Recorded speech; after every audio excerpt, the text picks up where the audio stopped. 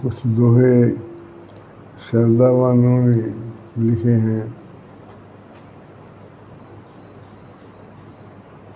मंगल करता सतगुरु, विनय करूं हो दीन। क्षण क्षण जीवन जाए जो हो तुम्हारे अधीन।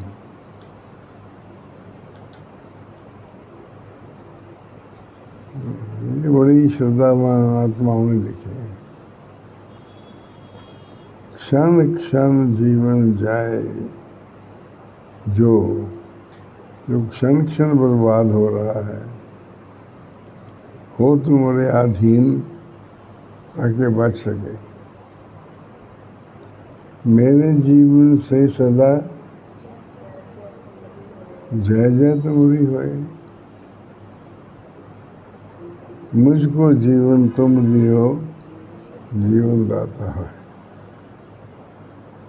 आपने मुझे जीवन दान दिया है, तो आपकी मेरे द्वारा सदा जय जय हो। मुझको जीवन तुम दियो। अपनत मेरी दूर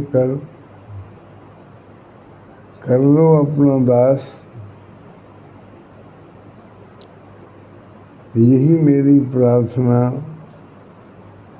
सतगुरु तुम्हारे पास। अपनत के त्याग के बिना कहते हैं कि प्रेम गली, जो गुरु की प्रेम गली है, उसमें एक वक्त में दो नहीं समा सकते।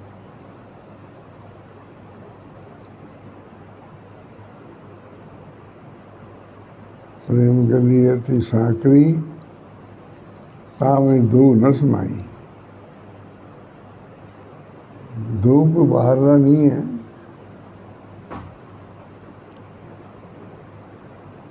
या मैं समा सकता हूँ या गुरु समा सकते हैं। मेरी अपनत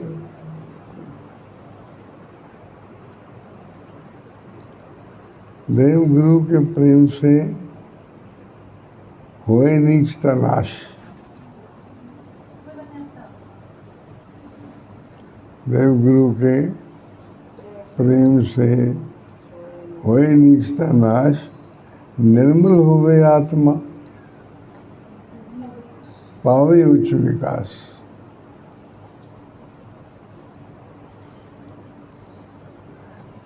ये तो बैठ के एक एक दोहा जो है घंटों विचार करने की जरूरत है इस पर।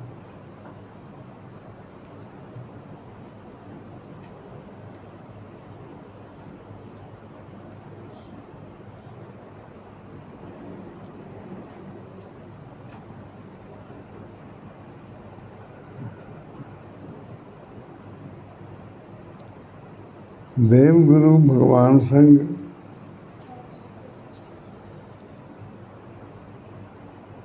देव गुरु भगवान संग क्यों ना तू जुड़ जाए।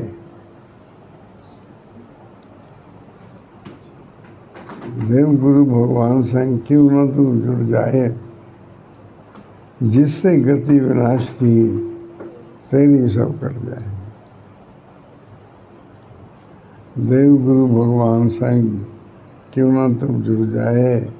जिससे गति विनाश की तेरी सब कट जाए। ये जो दोहे हैं,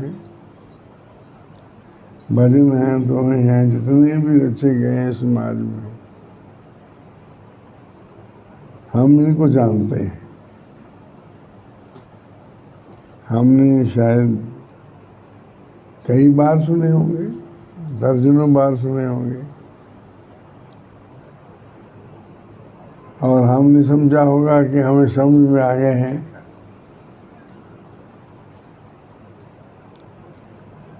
लेकिन हमने इन पर अमल नहीं किया।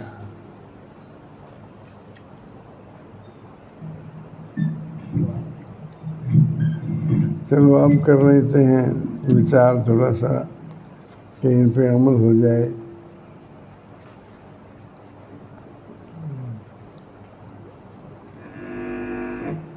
बीच में बहुत सारे दोहे और हैं,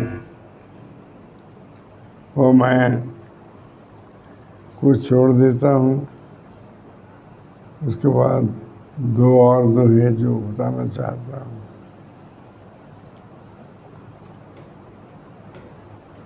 हे मन,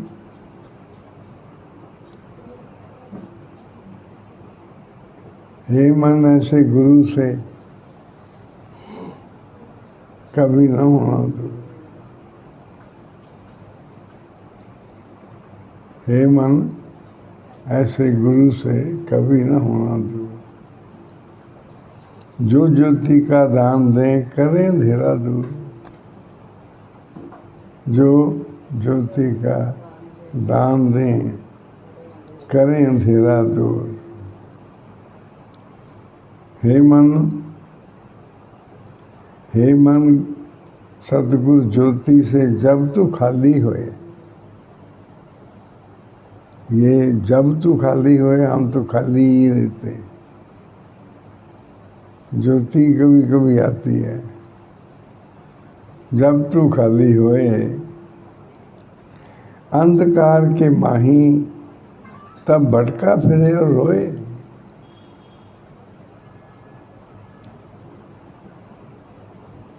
जिस घट गुरु से प्रेम ना, सो घट जान समान मसान कब्रिस्तान। जिस घट गुरु से प्रेम ना, सो घट जान मसान। जैसे खाल लोहार की सांस लेत बिन प्राण। लोहार की खाल होती है, उन तब रिवाज बदल गए, ज़माने बदल गए बहुत।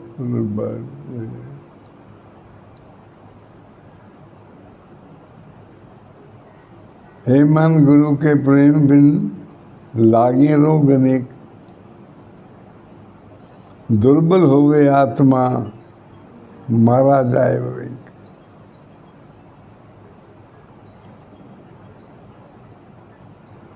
एक दुआ और है, वो भी सुना देता हूँ। गुरु गुरु रहा पुकार जग। गुरु है वाको नाम। गुरु कौन है? गुरु गुरु रहा पुकार जग। गुरु है वाको नाम। मोह पाप सब नाश कर, सत्य धर्म दे दान।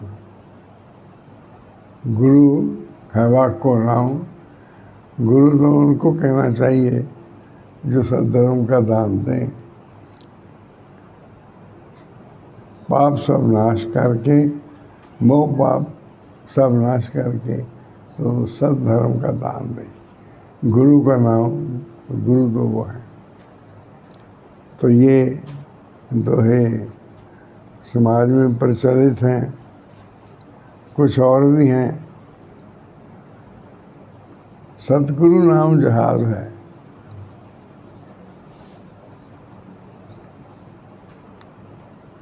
सतगुरु नाम जहाज है, चढ़े सो उतरे पार।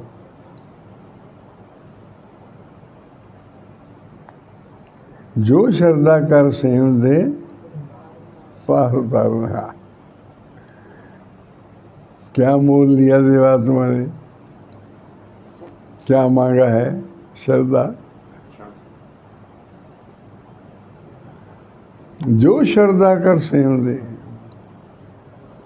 कोई पैसा नहीं देना है, कोई मकान नहीं देना है, कोई त्याग नहीं करना है, कोई पानी ठंडे में नहीं खड़ना, कोई आग नहीं तापनी, कोई कुछ नहीं करना, कोई बड़े बड़े टिक्के। मैं तो देखता हूँ टीवी पे साधु संतों को, भाई इतने बड़े बड़े वजन डाल के और इतने बड़े बड़े पगड़े बांध के पता नहीं बैठे कैसे हैं। और उनके चेहरे का जो इम्प्रेशन है, हाव भाव है, वो ये लगता है कि हम खुदा हैं। हाँ, हमारी बात सुनो, हमारी बात को एक पर सवाल नहीं पैदा हो सकता। तो झूठे। और एक जन को तो कल मैंने देखा कि उसका मुंह कहीं से खाली ही नहीं था, सारा ही पेंट किया हुआ। यहाँ यूँ, यहाँ यूँ, यहाँ यूँ, ये सारा ही पेंट किया हुआ था। और बड़े भारी कुर्सी पर बैठ के वो कोई आए, एक दो मियाँ हस्बैंड वाइफ, पता नहीं क्या दे दिया। अब ये जब ये उनका भी कसूर है और जो मानने वाले उनका भी कसूर है।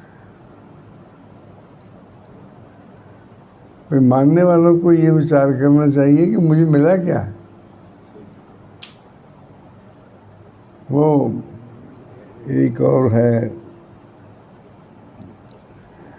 वो प्रवचन दे रहा था तो उसमें एक लड़की खड़ी हो गई, उसने भजन गाना शुरू कर दिया। तो भजन वो बहुत अच्छा गा रही थी, भक्ति रस का भजन था। कोई श्रद्धावान आत्मा भक्ति रस का भजन गाए तो प्रभाव तो पड़ता ही है। तो धीरे धीरे लोग खड़े होने शुरू हो गए, फिर खड़े हो गए, ताड़ियाँ मारने लगे, फिर नाचने लगे। ये पता नहीं 5-7-10 हज़ार आदमी तो होगा ही। अब वो इकट्ठा नाचने लग जाए तो आप सोचो कि क्या दृश्य पैदा होता है। 10,000 आदमी, 20,000 आदमी इकट्ठा नाचने लग जाए। तो थोड़ी देर बाद बाबा जी भी अपने आसन से उठ के वो भी नाचने लग गए। वो खासी देर कार्यक्रम जारी रहा, फिर सब चले गए। तो मैं सोचता हूँ कि सोचता ही कोई नहीं कि हमें मिला क्या। भाई इन्होंने हमें दिया क्या। वो तो एक सिर्फ लड़की ने थोड़ी सी श्रद्धा अपनी जो थी बखेर दी श्रद्धा, और वो अब तो कुछ किया ही नहीं। तो हमारा भी कसूर है, उनका भी कसूर है। जब तक मानने वाले हैं, जब ऐसे बड़े बड़े दस्तारों वाले सारे लोगों को मानने वाले होंगे तो वो बनने वाले भी होंगे। उनको क्या लगता है, बड़े बड़े अखाड़े हैं, बड़ा बड़ा वो है, और बड़े उनके पास पैसे हैं और लोग बड़ा हुक्म मानते हैं। और तो हमें सतगुरु नाम जहाज है, चढ़े सो तेरे पार। जो जीवन की नैया से नैया देकर पार नहीं उतार सकता, वो सतगुरु नहीं है। सतगुरु तो हो तो उसको पता हो कि मैंने कैसे पार लगाना है। सतगुरु तो है ही नहीं, नाम के हैं। तो चढ़ने वालों को फिर क्या पता होगा। अगर कोई सतगुरु हो भी, कुछ उनके अंदर योग्यता हो भी, तो गाने वाले गा लेते हैं मेरे जैसे या सब कि सतगुरु नाम जहाज है, चले सो तेरे पार। चढ़ना नहीं है, देखो सब चढ़ना नहीं।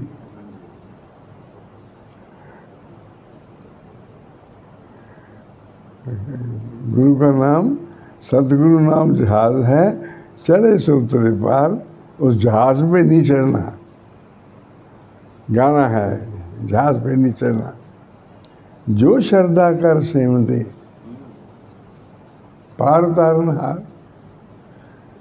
जो श्रद्धा से गुरु के जहाज पे चढ़ गए वो तो पार उतर गए, और जो श्रद्धा नहीं कर सके, ना वो चढ़े ना वो पार उतरे, उन्होंने ज़िंदगी भर गा दिया। एक मैंने इन्हीं में दोहा और लिखा हुआ है, जो दोहे मुझे अच्छे लगते हैं, मैं पढ़ता रहता हूँ। ये कागज़ मैंने टाइप करके किताब में लगाया हुआ है। जे 100 चंदा उगवे, सूरज चढ़े 1000। क्या लिखा है कमाल। जे 100 चंदा उगवे सूरज चढ़े हजार। सूरज की एक छोटी सी झलक मैं कल देख रहा था टीवी पे। वो कहते हैं कि कोई तूफान आया हुआ है। आवाज़ नहीं आ रही? कोई तूफान आया हुआ है सूरज में, और सूरज से तो उस तूफान से कुछ पार्ट अलग होके धरती की तरफ आ रहा है, और वो पार्ट धरती से कई 100 गुना बड़ा है, वो आ रहा है। और अगर उसमें रास्ते में उसमें विस्फोट हो रहे हैं, ज्वालामुखी फट रहे हैं, अगर उसने रास्ता ना बदला तो ना तो गुल साहब होगी, ना IPS बदला होगी। कोई भी। तो ये जे 100 चंदा उगवे, तो 100 चंदा सूरज चढ़े। एक सूरज की बात नहीं, 1000 सूरज चढ़े। इतने चैनल होंगे गुरु बिन गौर अंधार। इतना रोशनी हो 100 सूरज की, और हज़ारों सूरज की, हज़ारों चंद्रमाओं की रोशनी हो, ये सब कुछ हो, आध्यात्मिक दिल में अंधेरा है। ये छोड़ दो बात, ये दोहा तो ऐसा है कि जो अमर वाक्य है, और ये समझ किसी को ही आता है। गा सबके बड़ा अच्छा लगता है, गाने में बड़ा अच्छा लगता है। जो गाने वाले हैं वो भी बहुत इसको तरन्नुम दे के गाते हैं, और सुनने वाले भी झूम झूम कर सुनते हैं। लेकिन इसको समझना, इसके ऊपर पार उतरना, ये कोई और बात है। तो और बहुत सारे दोहे हैं मेरे पास। ये किताब दोहों से भरी पड़ी है। इसमें एक दोहा है कि सतगुरु, बहुत ज़्यादा नहीं बताऊंगा, सतगुरु एक घड़ी न मिलते।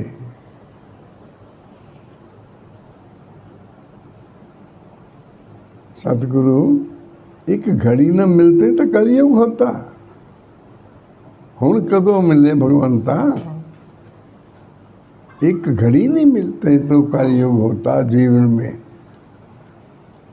और हमें तो कभी मिलते ही नहीं। एक घड़ी की तो बात ही नहीं, सारी ज़िंदगी में गुरु से तो मुलाकात ही नहीं होती, और सारी ज़िंदगी में गुरु से मुलाकात नहीं होती, इसलिए अपने से मुलाकात नहीं होती। अखबार में परसों चौथ एक वो निकला, एक राय शायर है, वो मैं उनको पसंद करता हूँ कि वो निरपक्ष लिखते हैं।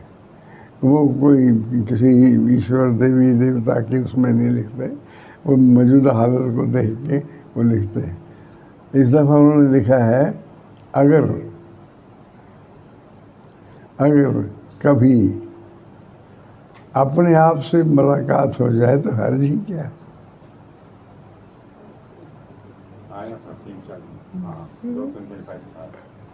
अगर अपने आप से मुलाकात हो जाए तो हर्ज ही क्या है कभी।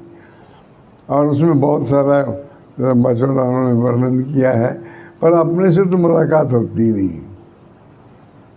हम हेलो दुग्गल साहब से मुलाकात होती है, आप सब से होती है, दुनिया से होती है, सब परिवार से होती है।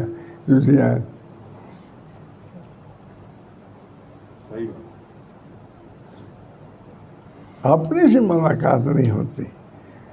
तो सच्चा गुरु न मिले तो घड़ी न मिलते कलयुग होता। वो कहते हैं कि घड़ी न मिलो, समय तो सारी उम्र कभी मिला ही नहीं।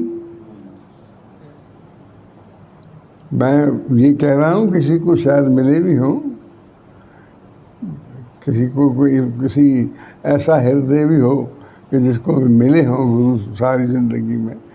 तो वो जो कहने वाले हैं वो कहते हैं कि आप देख ही नहीं पाओगे। इतना खूबसूरत है, इतना खूबसूरत गुरु हैं, इतने ही वो भलाई कर सकते हैं कि वो तो कभी नजर आए नहीं। अपने से मुलाकात होती रहती है, गुरु से कभी कोई मुलाकात नहीं। चलो आगे चलते हैं कि एक दुनिया में एक देव समाज के इतिहास में हस्ती हुई हैं, वो परम पूजनीय भगवान देवात्मा के श्रद्धावान थे और उन्होंने इतना काम किया है। मैं जब उनका जीवन चित्र पढ़ा तो मैंने कुछ नोट्स लिख लिए उसके। सारा जीवन चित्र तो पढ़ना हमेशा मुश्किल है। 400 सफ़े का जीवन चित्र है उनका और बड़ी कमाल की हस्ती है। अब तो परलोक में है और गुरु महाराज जी के टाइम की वो हस्ती है।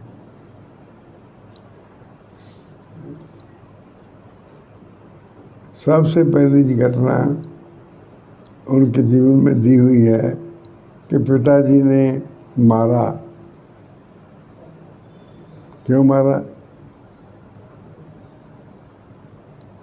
पिताजी ने मारा कि रिश्वत नहीं लेंगे तो भूखे मरांगे। जे तुम पटवारी थे, पिताजी भी पटवारी थे, बेटा जी भी पटवारी थे। मारा इसलिए कि ये तो रिश्वत नहीं लेंगा। उन्होंने देव समाज में आकर, या तो उससे पहले भी वो अच्छे आत्मा होंगे, देव समाज में आकर रिश्वत लेनी छोड़ दी, प्रतिज्ञा कर ली कि मैं कभी रिश्वत नहीं लूँगा। तो जब घर आए तो उनको पता लगा पिता को, पिता ने खूब मारा और वो श्रीमान जी लिखते हैं कि मैं पिता की मार सहता रहा। कि पिता हैं, चलो मार ले जो मार दे। तो बात थोड़ी सी बदल गई, वक्त गुजर गया, वो सेवक बन गए। श्रीमान जी जिसकी उनकी मैं जिक्र करता हूँ, वो कर्मचारी बन गए, वो प्रचार करने लगे। तो उनकी प्रचार की सभाओं में उनके पिताजी भी आने लग गए। उनके पिताजी भी प्रचार की सभाओं में आने लग गए। तो पिताजी को श्रीमान जी एक बार महोत्सव पर ले गए और महोत्सव पर परम पूजनीय भगवान देवात्मा स्टेज पर मौजूद थे, भगवान उपदेश दे रहे थे। तो उनके पिताजी, जिनकी मैं कर्मचारी साहबान की बात कर रहा हूँ, उनका नाम श्रीमन धर्मबल जी। तो श्रीमन धर्मबल जी के पिताजी खड़े हो गए और कहा गुरु महाराज जी को संबोधन करके कि मैं अपने बेटे से परिशोध करना चाहता हूँ, बेटे के संबंध में माफ़ी मांगना चाहता हूँ। लिखने वालों ने लिखा है कि शायद पहले या बाद में कभी ऐसा दृश्य नहीं पैदा हुआ समाज में जो उस दिन पैदा हुआ कि इतने बुजुर्ग पिता जिनसे खड़े नहीं हुआ जाता था, बैठे नहीं हुआ जाता था, और पगड़ी उतार के अपने बेटे के पास बैठ के अपने बेटे के चरणों में अपनी पगड़ी रख के कहा मुझे माफ़ कर, तू तर गया है तो मैं तेन समझा, मैं तेन मारिया, इतना मारिया, इतना मारा, तू मैंने मार रहा है।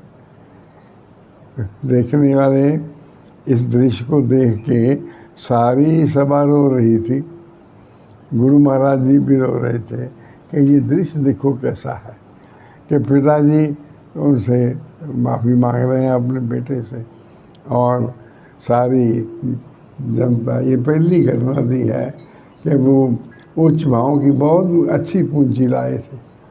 उनके पिताजी पटवारी थे और उनके आत्मा के अंदर आत्मा का बोध पैदा हुआ और घमंड का बोध पैदा हुआ। उनका घमंड नष्ट हो गया और वो कर्मचारियों की सेवाएं कराने लगे। कैसे कैसे आत्मा पैदा कर देते हैं पूज्य भगवान, कि जो खुद सेवक उसके बाद इतने उन्नत हो जाएं कि कर्मचारियों की सभा कराने लगे, कर्मचारियों की सभा कराने लगे। धर्म मार्ग में विरोधता तो होती ही है, इसलिए विरोधता भी बहुत हो रही थी, लेकिन परम पूजनीय भगवान देवात्मा के साथ वफादार रहे। 1895 के उत्सव पर बहुत विरोधता में से गुजरे, सारे ही गुजर रहे थे। संकट के लिए नौकरी छोड़ दी, समाज संकट में है तो उन्होंने अपनी नौकरी छोड़ दी और बजाजी की दुकान खोल ली, कपड़े की दुकान खोल ली।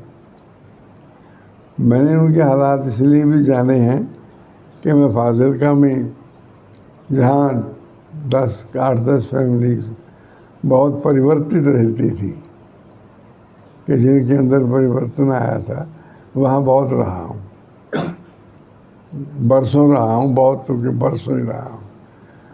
और जब मैं कर्मचारी बन के प्रचार करने लग गया तो वहाँ जाके मैं ठहरता रहा, तो बाबू अमरनाथ जी ने मेरे लिए ऊपर एक चुबारा रिजर्व कर दिया कि ये उनके पास बिल्डिंग बहुत बड़ी थी, मेरे मामा जी के पास छोटी सी बिल्डिंग, तो उन्होंने एक चुबारा मुकर्रर कर दिया और सब घर वालों को कह दिया कि इसमें किसी ने नहीं जाना। इसकी सफाई तरतीब बना के मैं शानदार बिस्तरा बिछा के और करके, अब मैंने कब जाना था, 2-3 महीने में एक बार, 2 दिन 3 दिन 4 दिन, तो कमरा इस बात के लिए रिजर्व हो गया कि याजपाल ने आके ठहरना है। वो खुद बड़े अच्छे परिवर्तित आत्मा थे, उनको देवर सिंह जी ने बदला था, इनको भी देवर सिंह जी ने बदला था। तो श्री उनको बता रहे थे एक दिन मुझे कि एक दिन में 4 बजे लेटा हुआ था हॉस्टल में, लाहौर में लेटे हुए थे अपने हॉस्टल में, तो दरवाज़ा खड़का मेरा, टक टक टक टक, 4 बजे सुबह। तो कौन है भाई? मैं देवर सिंह। सारा आदमी जब इतिहास देखता है तो इतने अच्छे प्रभाव पड़ते हैं। वो मुझे बताया करते थे, वो हॉस्टल में पढ़ते थे अमरनाथ जी, और श्रीमद देवर सिंह जी उनके पास मिलने आए कि तुम यहाँ लाहौर में सभाए में आया करो। और वो कहा कि तुम दरवाज़ा खड़काया, कौन? मैं देवर सिंह। दरवाज़ा खोला, श्रीमान जी फरमाते हैं कि उनको ज़ुकाम हुआ था, कमज़ोर बहुत हुए थे, छींकें मार रहे थे, और मुझे कहने लगे, अमरनाथ अमरनाथ ज़िंदगी बचानी है, ज़िंदगी बचानी है तो गुरु की संगत में आया करो, और यहाँ कम से कम इतवार को ही आया करो। तो वो मुझे बहुत घटनाएं बताया करते थे समाज की जो उनके साथ हुई। तो ये उन्होंने बजाजी की दुकान खोल ली, नीच भाव से मोक्ष की उनकी कथा मिलती है। ये जो कर्मचारी हैं सब, मैं सारे सब के बारे में क्या कहूँ, नीच भाव से मोक्ष की किसी किसी की कहानी। श्रद्धा कृतज्ञता और हानि पर शोध तो सबका है, यहाँ तक तो सबका है, किसी का थोड़ा है, किसी का ज़्यादा है, लेकिन अपनी नीच प्रकृति से मोक्ष। मैं आपको बताऊंगा कि परम पूजनीय भगवान देवात्मा ने धर्म की परिभाषा की क्या की। छोटी सी बात बता देता हूँ, उन्होंने धर्म को 2 भागों में बांटा है, एक मोक्ष का है, एक विकास का है। मोक्ष धर्म नहीं है, नीच भाव से मोक्ष धर्म नहीं है, लेकिन वो मोक्ष भी नहीं होती। लेकिन पूजनीय भगवान फरमाते हैं कि अगर नीच भाव से तुम्हारी मोक्ष नहीं हुई और तुम्हारा हृदय शुद्ध नहीं हुआ तो फिर तुम धर्म की दुनिया में तो प्रवेश ही नहीं कर सकते। जिसकी नीच भाव से मोक्ष नहीं हुई, और कि कितने एक नीच भाव थोड़ी है। प्रेरणा जी तो बता रही थी कि है ही नीच भाव और कोई भाव ही नहीं है। एक नीच भाव थोड़ी है, नीच भावों की भी बड़ी लंबी लिस्ट है, और नीच गतियों की तो कुमार एक दिन की नीच गतियाँ हैं, एक दिन की नीच गतियाँ। लेकिन ये श्रीमान जी धर्मपाल जी, इनकी नीच भावों से मोक्ष हो गई। और 1917 में उन्होंने लिखा है कि मेरे ऊपर मेरा मुख्य लक्ष्य बदल गया। अब धनुष मंदिर ये जो शब्द है कि मेरा मुख्य लक्ष्य बदल गया, इस पर विचार करने की ज़रूरत है। हमारा मुख्य लक्ष्य क्या है? हम सुबह से रात तक ये पड़ताल करके देखें, क्योंकि जो मुख्य लक्ष्य होता है ना जी, उसके लिए सब कुछ कुर्बान होता है, नहीं तो फिर मुख्य लक्ष्य नहीं है वो। हम अगर बारी बारी से देखें तो किसी का लक्ष्य तो धन है, किसी का लक्ष्य परिवार है, किसी का लक्ष्य जो अदना सुख है, किसी का लक्ष्य जो है धन है, किसी का लक्ष्य स्वाद अनुराग है, स्वाद अनुराग चीज़ें खाने के लिए। मैं अपने रिश्तेदार को मिलने गया तो वो मैं कहा जी लड़के को मिलना है, कहते जी वो तो बाजार गया हुआ है। मैं कहा मैं मिलना ज़रूर है। वो बहुत देर बाद आया, कहते जी क्या हुआ? मैं क्या भाई इतनी देर इंतज़ार की, तो कहाँ गए थे सवेरे सवेरे? कहते झंडू दियाँ पूरियाँ खान गया सी। जीवन का लक्ष्य क्या है आपका? ये लक्ष्य है। ये आप पड़ताल करके देख लो, दूसरे को नहीं, कि जितनी भी गतियाँ आप करोगे सारा दिन में, उनमें एक मुख्य लक्ष्य निकलेगा, एक मुख्य हेड निकलेगा कि जो इंसान का वो लक्ष्य है वो उसका लक्ष्य है। किसी का मुख्य लक्ष्य धन कमाना है, तो किसी का लक्ष्य स्वार्थ कमाना है, किसी का प्रशंसा अनुराग है, किसी का घमंड अनुराग का लक्ष्य है। तो ये बदलता ही नहीं। 70-70 साल, 60-60 साल, 50-50 साल संगत में बैठ के भी मुख्य लक्ष्य नहीं बदलता। मुख्य लक्ष्य और रहे, हम बैठे यहाँ हों लेकिन फिर भी चिंताएं कहीं बाहर की चल जाती। गुरु साहब की एक साखी याद आ गई, मेरे पास किताबें रखी हैं।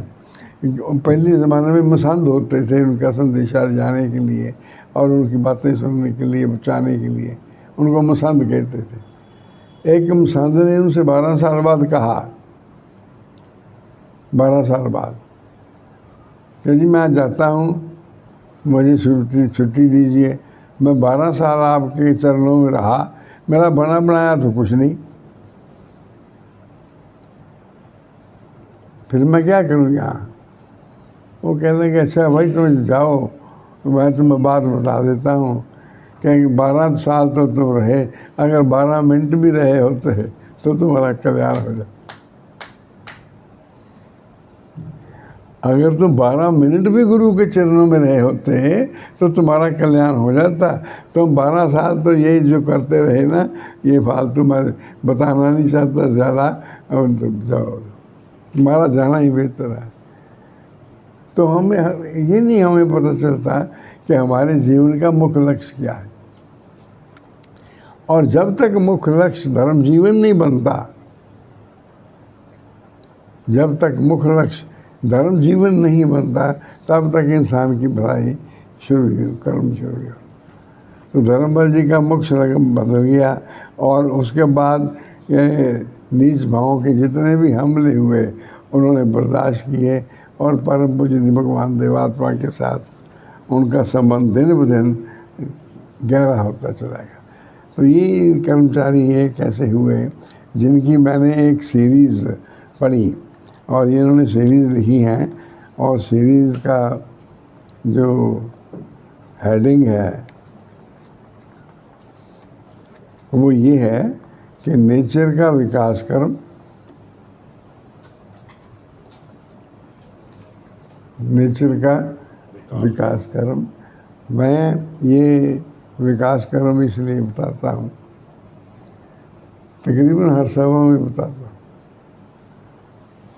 कि नेचर का विकास कर्म अगर समझ में नहीं आएगा तो देवात्मा समझ में नहीं आएंगे। अगर नेचर का विकास कर्म समझ में नहीं आएगा तो मनुष्य भी समझ में नहीं आएगा। परम पूजनीय भगवान देवात्मा ने अपने एक दिन, मैं सारी डिटेल पढ़ रहा था, 28 अप्रैल, मुझे नहीं याद कि 28 अप्रैल 1928 को सैर करते सैर करने के लिए जा रहे थे गुरु महाराज। तो बाहर कुछ लोग दर्शन करने के लिए खड़े थे, कर्मचारी कोई लोग। तो पूजनीय भगवान ने उपदेश देना शुरू कर दिया। वो अपनी देव शक्तियों के वश में आकर भूल गए कि मैंने सैर करने जाना था और ये सब स्थान नहीं है। उनको बहुत बड़ा उपदेश दिया और उसमें आखिर में उन्होंने कंक्लूड किया कि जो नेचर को नहीं जानता वो अपने आप को नहीं जानता, और जो नेचर को नहीं जानता वो देवात्मा को नहीं जानता, और जो नेचर की शिक्षा नहीं दे सकता वो देवात्मा की शिक्षा नहीं दे सकता। नेचर का वास्तविक रूप जो है उसमें विकास कर्म किस तरह काम करता है, विकास कर्म किस तरह काम करता है, नहीं वो उसको रूप समझ में नहीं आता। तो ये कैसे समझेगा कि देव शक्तियाँ विकास कर्म में आ गई और मैं देवात्मा बन गया। देव शक्ति विकास कर्म है क्या? किस तरह से विकास कर्म काम करता है? विकास कर्म कोई बंदा है? विकास कर्म को हस्ती है जो काम करती है। विकास कर्म क्या है? तो विकास कर्म एक ने कुदरत का, नेचर का प्रोसेस है, पूरा सिस्टम है जिसमें नेचर काम करती है और उसमें बेहतर से बेहतर स्थिति आते हैं। तो ये नेचर का विकासकारी अटल नियम, उन्होंने श्रीमान जी ने ये सीरीज लिखी है कि नेचर का विकासकारी अटल नियम और उसकी अनिवार्य जय। ये कौन लिखेगा? इसको समझ में आएगा। नेचर का विकास कर्म, अटल नियम और उसका अनिवार्य जय। तो मैं ये सीरीज़ पढ़ता रहता हूँ और उनके बारे में जिन्होंने ये अंक छापा है, जो उनकी इंट्रोडक्शन दी है, उसमें लिखा है कि इस देवात्मा के लेखों के लेखक देव समाज समाचार के इस विशेष अंक के सभी लेख देव समाज के उच्च लोकवासी कर्मचारी श्रद्धेय श्रीमान धर्मपाल जी द्वारा 1939-40 में देव समाज की उर्दू पत्रिका सदैव संवाद के लिए लिखे गए थे। मेरे पास तो शुरू से ही अंक है, शुरू से ही, और मैं इसको पढ़ता रहता हूँ। ये विशेष लेखक के विकासकारी नियम की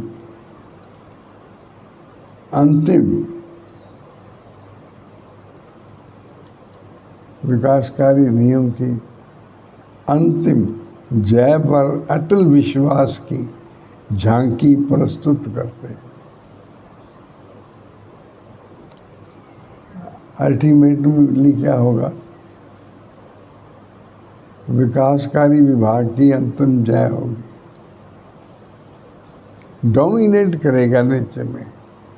विकासकारी विभाग डोमिनेट करेगा, अब तक डोमिनेट कर रहा है, समझने की बात, ये डोमिनेट करेगा।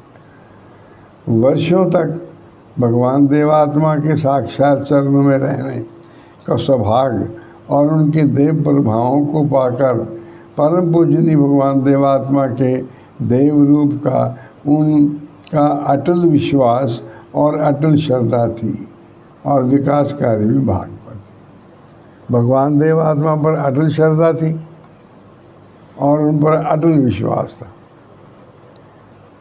मैं आपसे पूछना चाहता हूँ, श्रद्धा और अटल श्रद्धा में क्या फर्क है? बताइए। उनको अटल श्रद्धा थी और भगवान देव आत्मा ने जो आखिर में चैप्टर दिए हैं लेटेस्ट शिक्षा में, मैं कल भी पढ़ रहा था, पहले भगवान फरमाते हैं कि मेरी लेटेस्ट शिक्षा पढ़ा करो। उसमें लिखा है कि देवात्मा से जुड़े बिना धर्म जीवन नहीं मिल सकता। देवात्मा से जुड़े बिना, देवात्मा के देव प्रभाव जब तक लगातार न मिले तो धर्म जीवन की प्राप्ति नहीं हो सकती। और धर्म जीवन की प्राप्ति के लिए 4 भावों की जरूरत है। उनमें सबसे पहले अटल श्रद्धा है, अटल विश्वास है, अटल कृतज्ञता है और अटल आकर्षण है। विश्वास और आकर्षण तो जुड़े हुए भाव हैं आपस में। देव शक्तियों पर नेचर के विश्वास तो नेचर के विकास कर्म का ही है और उसमें जो नए नए स्थिति पैदा होते हैं। आकर्षण ये है कि देवात्मा के अंदर देव शक्तियाँ पैदा हुई हैं और ऐसा शानदार रूप है उनका, उसके लिए आकर्षण। अटल श्रद्धा क्या है? श्रद्धा तो है, श्रद्धा को हम जानते हैं। ऋषि मुनियों ने जो ग्रंथ लिखा है एक बहुत बड़ा, उसमें लिखा है श्रद्धावानम लभते ज्ञान। ज्ञान जो उस वक्त था वो सद्धर्म का ज्ञान नहीं था, वो नेचर के अटल नियमों का ज्ञान नहीं था। वो युग जो था वो कर्म कांड का युग था और साधारण युग था। उस वक्त भी उन्होंने ऋषियों ने लिखा है कि श्रद्धावानम ही लभते ज्ञानम। ज्ञान श्रद्धावान को मिलता है और श्रद्धावानम परम पूजनीय भगवान देवात्मा ने एक सीरीज किताब लिख दी, श्रद्धावानम लभते जीवनम। तो श्रद्धावान को ही जीवन मिल सकता है।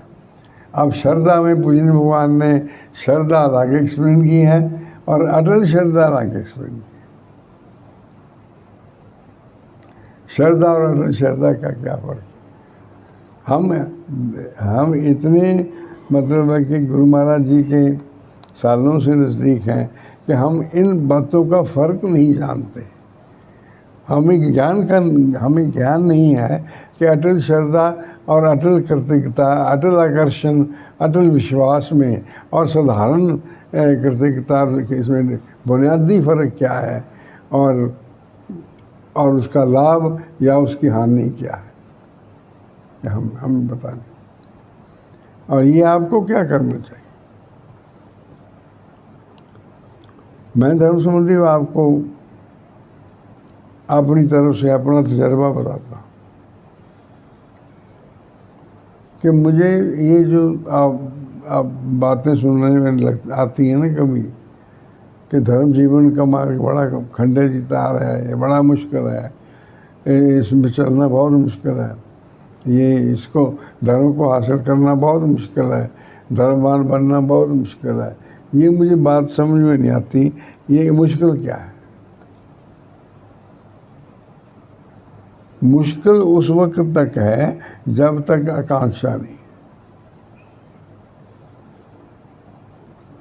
मुश्किल उस वक्त तक है कि जब तक धर्म जीवन पाने की दृढ़ प्रतिज्ञा नहीं है। जिस दिन धर्म जीवन पाने की दृढ़ प्रतिज्ञा हो गई फिर मुश्किल है ही नहीं। मुश्किल ये 4 बजे उठना मुश्किल है, कोई मुश्किल नहीं। उठ के 2-3 घंटे अमृत वेले साधन करना मुश्किल है, नहीं मुश्किल। वो अमृत वेला है। अगर आपकी प्रतिज्ञा हो कि आपने धर्मवान बनना है तो आप 3 घंटे बैठ के धर्मवानों से संपर्क करेंगे, जो धर्म के दाता हैं उनसे मुलाकात करेंगे, और ये मैंने एक सभा में बताया कि आज मेरी फलां श्रीमान जी से मुलाकात हो गई, तो मेरी सभा में सब पूछते रहे कि जी को आए थे क्यों? सुधीर जी श्रीमान जी आए थे मुझे मिलने के लिए। उनके जीवन से, उनके उच्च भावों से, उनके मोक्ष और विकास के साधनों से मुलाकात हो गई। और आप उनका किसी भी कर्मचारी का जीवन चरित्र अगर श्रद्धा से आपकी मुलाकात हो जाएगी, श्रद्धा जी से मिलना है मैं मिला देता हूँ। आप श्रीमान परमेश्वर जी से मिलना है मैं मिला देता हूँ आपको। मुश्किल क्या है? मुश्किल ये है कि हमारी आकांक्षा ही नहीं है, हमारी दृढ़ प्रतिज्ञा ही नहीं है कि हमने धर्मवान बनना है। हमारी तो ये प्रतिज्ञा है कि हमने मरना है। हमने नीच गतियाँ करते रहना है, नीच गतियों का परिशोध नहीं करना, उनकी हानि परिशोध नहीं करना, हानि रहित सेवाकारी जीवन अडॉप्ट नहीं करना। हमारी प्रतिज्ञा तो ये है कि हमने अपने अस्तित्व का नाश करना है। ना लो, ओपनली ना बताओ आप कि मैं मर रहा हूँ जी, या मैं मरने की प्रतिज्ञा कर रखी है। कौन कहेगा? कहे शिव शांत मरने का वो लकड़ी की पौड़ी सीधी रखी हो तो कहते हैं आप शगन है जी। आप शगन क्यों है? क्योंकि ये अर्थ ही लगती है मरने का। मरने को अशुभ इतना गिनते हैं और अपने निज जीवन के बारे में ये नहीं जानते कि हम जो जीवन, हमने मरना ही है। तो जब तक दृढ़ प्रतिज्ञा ही नहीं, अब भी मुझे एडवाइस मिलती है कि थोड़ी नींद बढ़ा दो। अब बढ़ाऊँ कैसे? ज़बरदस्ती इंजेक्शन लगाऊँ? नींद के लिए इंजेक्शन लगाऊँ? अब नहीं आती। जब मैं नहीं जाता मैं अपने साधन कमरे में, कि साधन कमरे में जाके तो फिर साधन शुरू, मैं अब बैठा हूँ आराम से, वहीं साधन शुरू हो जाता। अपने बेड पे बैठे हुए सराहने और रजाइयों के तासने लगा के बैठे आराम, इस इच्छा से कि नींद आ जाए। नींद तो आती नहीं, लेकिन साधन शुरू हो जाता है। कर्मचारी एक सबको पड़ा हुआ है, एक के बाद दूसरे, दूसरे के बाद तीसरे, तीसरे के बाद चौथे, सामने आते रहते हैं। गुरु महाराज जी की दुनिया सामने आती, कैसी दुनिया। अब श्रीमान वो खुद कितने महान होंगे, मुश्किल क्या है? वो खुद कितने महान होंगे जिन्होंने इतने महान आत्मा पैदा कर दिए, जिन्होंने देवर सिंह जी पैदा कर दिए, वो खुद कितने महान होंगे। और फिर ये गुरु महाराज जी की शिक्षा, ये जो सुबह उठना, आप सिर्फ एक काम करो, मैं आपको एक काम कर देता हूँ, होगा नहीं आपसे, माफ़ी चाहता हूँ। परम पूजनीय भगवान देवात्मा का जो आखिरी 10 सालों में लिटरेचर छपा है,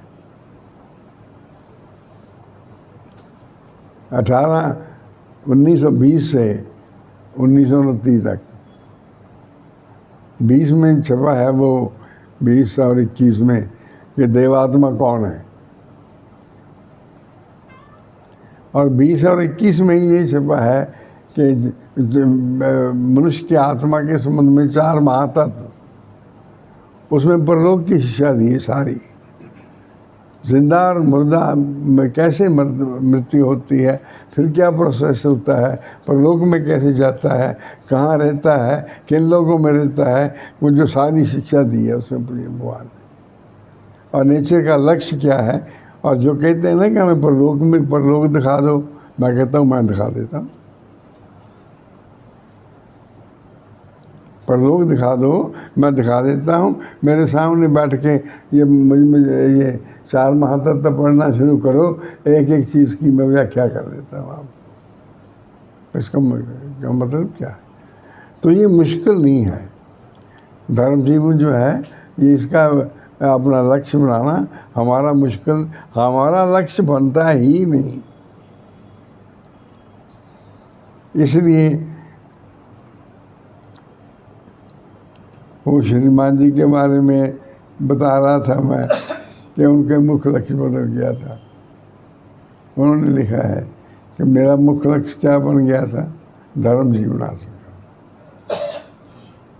हर गति जब मुख्य लक्ष्य बदल जाए, कर्नल जी ने क्या लिखा?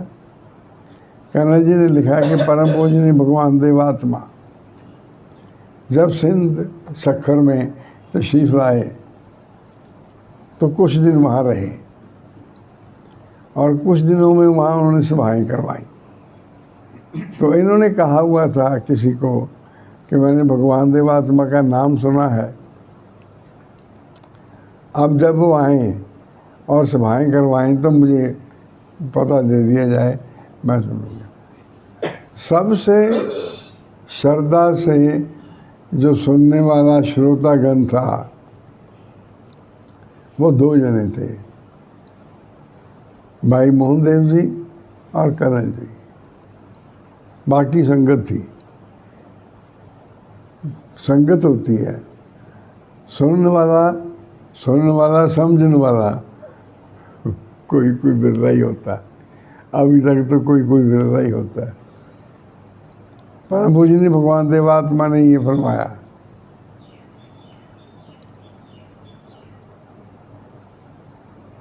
कि तुम चाहे कोई पाप ना भी करो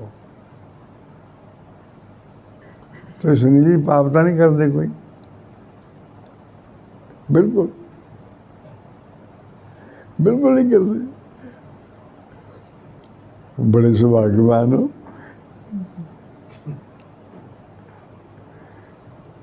परम पूजनीय भगवान देवात्मा फरमाते हैं, पूजनीय भगवान ने हानि परिशोध का चैप्टर दिया है ना, हानि रहित जीवन का, उसमें पूजनीय भगवान ने सवाल किया है कि हानि किस प्रकार की, जिससे पवित्रता लाभ किए बिना इस मार्ग पर चल नहीं सकते, हानि किस प्रकार की? हानि के बताए। वो कहते हैं हानि वो कि जो वो क्रिया की जाए जिससे अपनी हानि होती हो और दूसरे की हानि होती है। अपनी हानिकारक गति भी पाप है। अब बताओ गुरु महाराज जी की शिक्षा कितों कहाँ समझ में आएगी? अपने संबंध में भी नीच गति करनी पाप है। आपको कोई हक नहीं। आपके पास क्या है? क्यों शुक्रिया, आपके पास क्या है? एक शरीर और एक आत्मा। आप आत्मा हैं और आत्मा के पास शरीर है। दोनों का अकाट संबंध है। कभी दोनों में से एक अकेला नहीं रह सकता। आपके पास अपना अस्तित्व है और इस आत्मा की या शरीर की कोई भी हानिकारक गति जो है आपको करने का अधिकार नहीं, वो पाप है। अपने बारे में हानिकारक करने की गति, स्वाद अनुराग से अपनी हानि करना पाप है। किसी तरह तक कुछ नहीं बिगाड़िया, तुसी चाट खाधी बड़ी वड्डी प्लेट बना के सजा के दुकान पे जाके, उन्होंने पैसे भी दिते, उन्होंने 2 बार चटनी दोबारा फालतू भी मंगवाई। क्या अपना कोई हानि तो नहीं की किसी की? क्यों वो भी तेरी हानि की किसी की? जिसकी आपने अपने कहते हैं आत्मा की भी, शरीर की भी हानि की। मैंने ऐसे कि डॉक्टरों ने मना किया हुआ है वो ये नहीं खाना, फिर भी मजबूर हैं। वहाँ ब्रिटेन में एक पिक्चर बनी थी इंटॉक्सिकेशन के सब्जेक्ट पर, उसका नाम मुझे भूल गया। बस में ये था नशों के नुकसान, इंटॉक्सिकेशन जो killing effect of the intoxication. तो वो फिल्म बनी और वो फिल्म थी 4 आदमियों के फेफड़े का ऑपरेशन। 4 आदमियों के फेफड़ों का ऑपरेशन और उन्होंने करके दिखाया। जो सिगरेट पी के नशे पी के मरे थे उनका वो जो चेस्ट था वो खोल के दिखा के हेल्दी आदमी का भी दिखाया, हेल्दी आदमी का भी दिखाया, और जो नशे करते थे उनका भी दिखाया। और उनके देख के जो हाल था पहले दिन, उसमें से 60 आदमी बेहोश हो गए। और गवर्नमेंट ने, ब्रिटेन की गवर्नमेंट ने वो बैन कर दी थी कि भाई ये पिक्चर ना दिखाओ, लोगों का तो हार्ट अटैक हो जाएगा। अब ये कहो कि तुम सिगरेट मत पियो, यही नहीं मानते, तुम्हारी हानि होती है। शराब ना पियो, ये नहीं मानते। वो भाई अरे मोटे पापों की हानि नहीं मानते तो फिर सूक्ष्म पापों की हानि कैसे मानेंगे। तो जो मतलब कि किसी भी किस्म प्रकार की हानि करता है और लगातार करता है, वो उसका मुख्य लक्ष्य होता है। लोगों का ये मुख्य लक्ष्य है शराब पीना। मेरे एक वाकिफ से मुझे उनसे कुछ काम था, मैं शाम को 8 बजे उनके घर गया मिलने के लिए। तो वो बेल दी तो जब उनकी तरफ पत्नी आई, कहते आओ जी भाई साहब। मैंने कहा मैंने उनसे मिलना है। कहते भाई साहब आपको पता नहीं। मैं कहा जी क्यों, क्या हुआ? कहते या तो उन्होंने बुलाया होता है पीने वालों को, या तो अपने घर पर बुलाया हुआ होता है पीने वालों को, या दूसरे पुराने वाले ने इनको बुलाया हुआ था पीने के लिए। रोज़ रात को 8 बजे महफिल लगती है।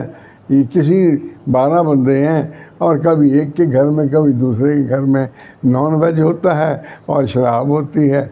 जितनी पी सकते हो पी लो, जितना नॉन वेज खा सकते हो खा लो। ये लक्ष्य है। रात को 8 बजे जाना ये लक्ष्य है। ये नीच गतियाँ, एक किसी भी कोई भी नीच गति प्रधान बन जाए वो उसका मुख्य लक्ष्य होती है। और फिर मैं आपको बताता हूँ कि उनको मरे हुए 36 साल हो गए, 36 years। He died in the prime, जो मैच्योर एज होती है 55 साल।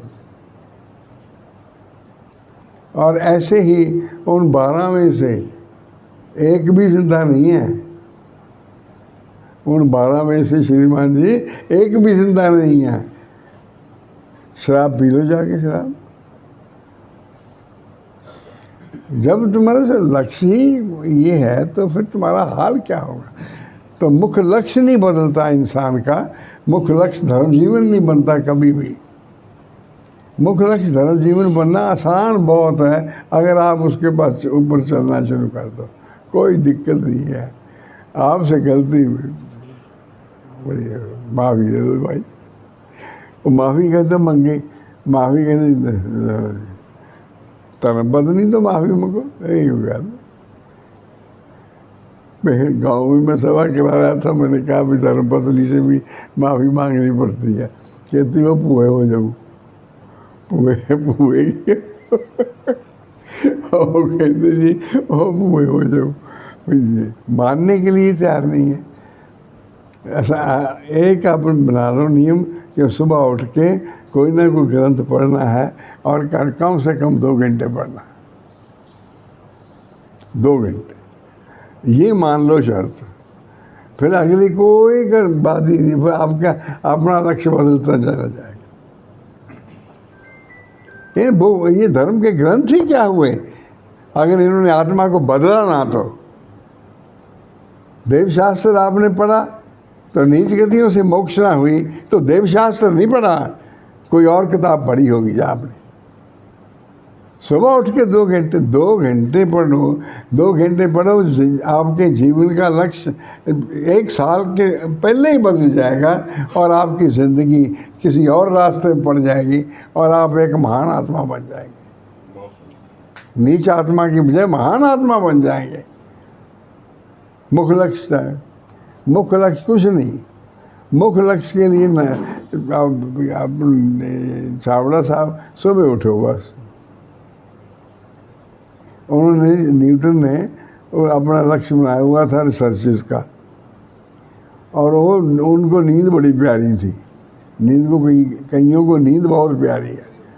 उन्होंने अपने नौकर से ये कहा कि भाई मैं रिसर्च कर रहा हूँ, मुझे जल्दी जागना है, मुझे तो जाग आती नहीं, तू ठंडे पानी की बाल्टी ला के मेरे सिर में डाल दिया कर रोज़, और मैं जब तक मेरी आदत ना पक जाए तब तक तुम ठंडा पानी डालते रहो। मैं जब तक अगर तुम्हारे पानी डालने के बाद भी मैं सो जाऊं तो भर भर के बाल्टियाँ डालते रहो। और यूरोप में कितनी ठंड होती है उन दिनों में, तो उठने की उनकी आदत बन गई। And he is now a greatest scientist. उनका लक्ष्य बदल गया, लक्ष्य रिसर्च बदल गया। कल मैं 2 भाइयों को देख रहा था टीवी पर। 2 भाई आपस में एक जैसी शक्ल है, 2 साल पर के बदले हैं। वो विंग पड़े हैं ऐसे, और उसमें कोई बॉडी पड़ी है, उसने ये पहले तो कहते उनको एल्युमिनियम का ज्ञान हुआ, फिर उनको और चीज़ों का ज्ञान हुआ। मैं बहुत ही लंबी चौड़ी बात नहीं बताऊंगा। उन्होंने शादी नहीं की, दोनों नहीं। उनको कहा शादी कर लो भाई, ये करो, नहीं। We have married, we have already married. हम तो शादीशुदा हैं। कहते क्यों भी, कैसे शादी हुई है? कहते हमारी तो एरोप्लेन से शादी हुई है, हमने तो आविष्कार करना है इसका, ज़िंदगी में इसको उड़ा के मरना है। और पहली उड़ान उनकी ज़िंदगी में हवाई जहाज़ की। लक्ष्य बदल गया, फिर कोई मुश्किल नहीं रहा। चल लक्ष्य आला बना दो। और अगर लक्ष्य धर्म जीवन बनाना है, धर्म संबंधी हो, तो अध्ययन 2 घंटे जरूर।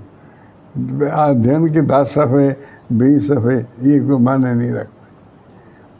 2 घंटे 4:30 बजे 5 बजे से लेके और आगे देखो आपका लक्ष्य बदल जाएगा। तो मैं बता क्या रहा था, मुझे कहते हैं कि आपकी याददाश्त कमज़ोर नहीं हुई। मैं क्या हो गई है? याददाश्त थोड़ी सी कमज़ोर हो गई है, ज़्यादा तो नहीं हुई, बस थोड़ी सी कमज़ोर हो गई। शर्त है कि जिज्ञासा होनी चाहिए। हाँ जी, जिज्ञासा होनी चाहिए। हाँ ये तो पूजी ने भगवान सिंध में गए हुए थे, तो कर्नल जी ने कहा हुआ था जब सभा अब हो तो मुझे हमें पता दीजिए। तो 7 सभाएँ कर्नल जी ने सुनी, और 7 में एक में पूजनीय भगवान ने ये बनाया जो मैं बता रहा था आपको। अगर आप कोई पाप ना भी करें, अशोक जी बताओ कैसे समझ में देवात्मा की बात आई? जो नीच लक्ष्यधारी हैं वो देवात्मा की ये बात समझ काबिल ही नहीं है, बेचारे तरस के काबिल हैं, अपनी योग्यता है उनकी। भगवान फरमाते हैं कि अगर तुम पाप ना भी करो, कोई भी अमल तो कोई ऐसा है ही नहीं जो कोई पाप ना करे, लेकिन अगर कोई तुम पाप ना भी करो, अगर तुम्हारा आला लक्ष्य कोई नहीं है तो तुम मारे जाओगे। पूजनीय भगवान ने तो अपनी लेटेस्ट शिक्षा में ये कहा है कि अगर आत्मा का सत्य ज्ञान और आत्मा के बोध का लक्ष्य नहीं है तो परोपकारी होके भी मारे जाओगे। सेक्शन चैप्टर 36 परम पूजनीय भगवान देवात्मा का पढ़ लीजिए कि जितने परोपकारी हैं, अगर इनका आत्मबोध और आत्म ज्ञान और आत्म कल्याण लक्ष्य ना बना तो ये भी अल्टीमेटली दूसरों के मुकाबले में दुख कम पाके और लंबी आयु जी के मर जाएंगे। लक्ष्य आला लक्ष्य होना चाहिए आपका। और आत्मिक से आत्मा के संबंध में होना चाहिए, फिर आपकी जाके नेचर में सर्वाइवल है। अदरवाइज अब ये बातें क्या करें। उनको श्रीमान ने लिखा है कि मुझे मेरे मुख्य लक्ष्य समझ में आ गया और मुझे मेरा मुख्य लक्ष्य आत्मिक हित बन गया, आत्मा का हित। वो कहाँ है जी पीयूष जी? आत्महित बन गया लक्ष्य।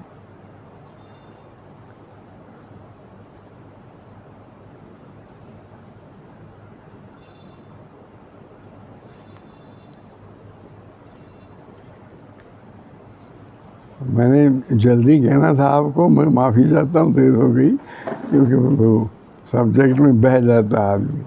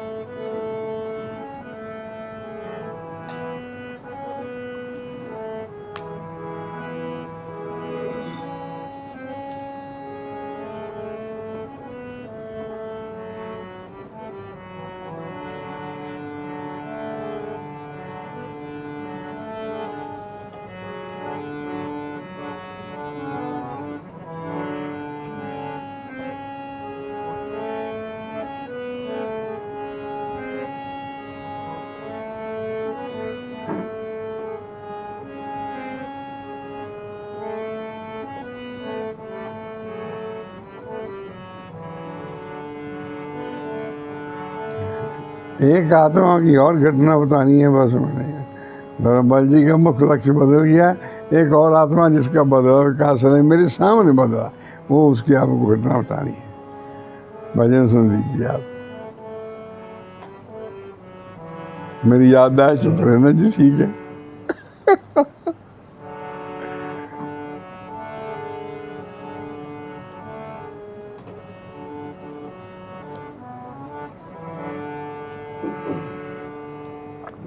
आइए मिलकर इस भजन का गान करते हैं।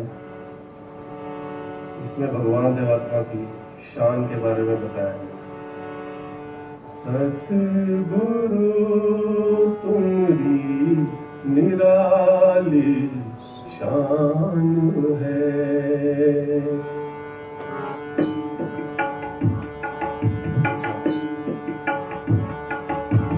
सतगुरु तुम्हारी निराली शान है, सतगुरु तुम्हारी निराली शान है।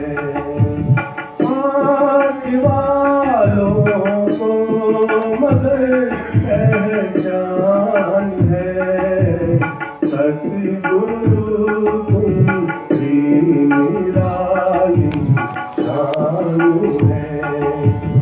आँख वालों को मगर पहचान है, सतगुरु तुम्हारी निराली शान है।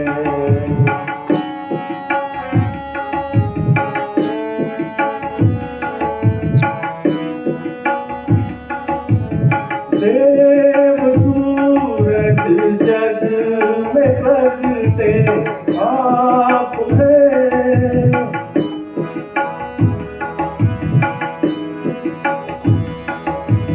देव सूरज जग में प्रगटे आप हैं, सत शिव सुंदर तुम्हारा गान है, सत शिव सुंदर तुम्हारा गान है।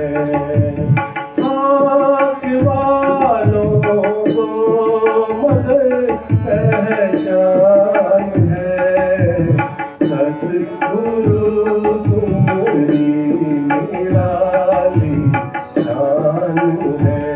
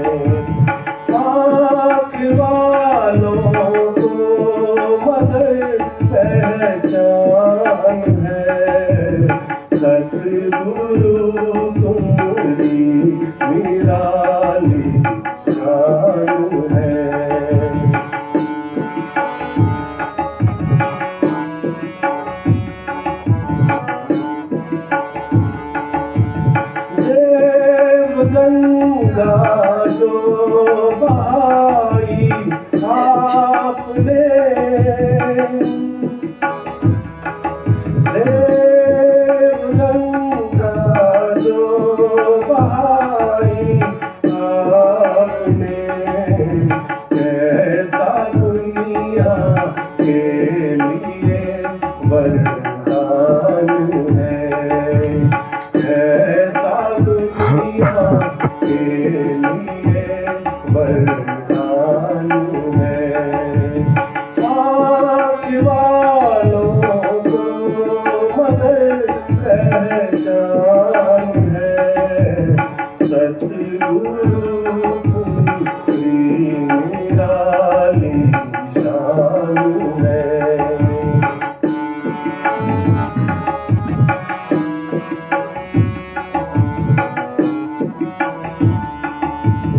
जगत के उद्धार और कल्याण का,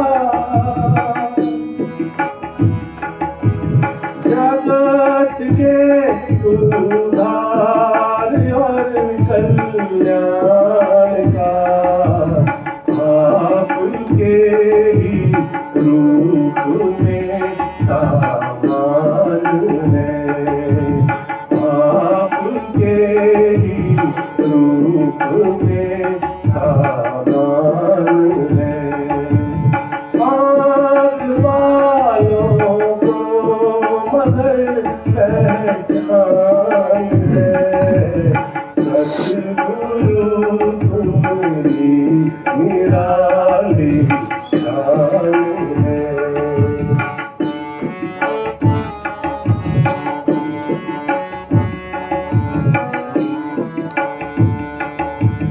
पाप मिथ्या से अकेला जो लड़े,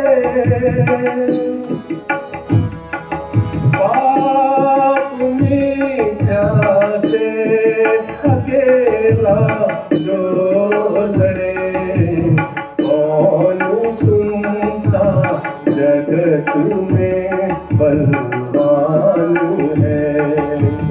कौन तुम सा जगत में बलवान है।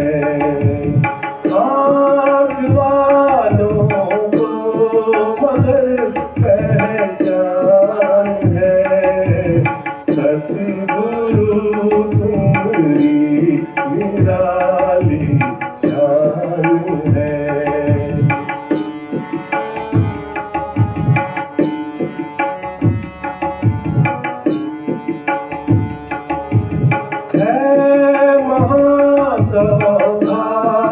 महासौभाग्यशाली आत्मा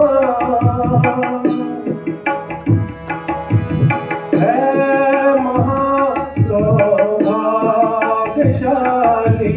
आत्मा आपके चरणों में जिनका ध्यान है। आपके चरणों में जिनका ध्यान है। आँख वालों को मगर पहचान है। सतगुरु तुम्हारी निराली शान है।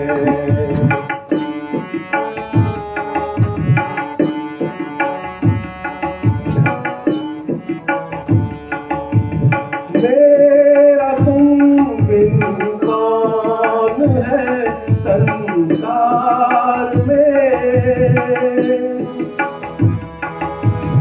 मेरा तुम बिन कौन है संसार में। आस तुम्हारी ही लगी भगवान है।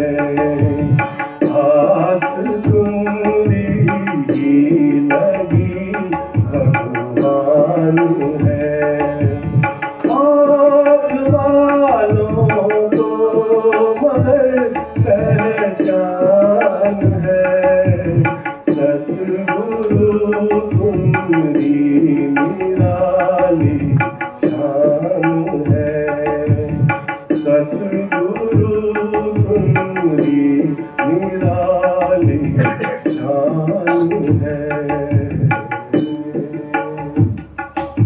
धर्म संबंधियों, धर्मबल जी का मैं जिक्र कर रहा था, श्रद्धेय धर्मबल जी का।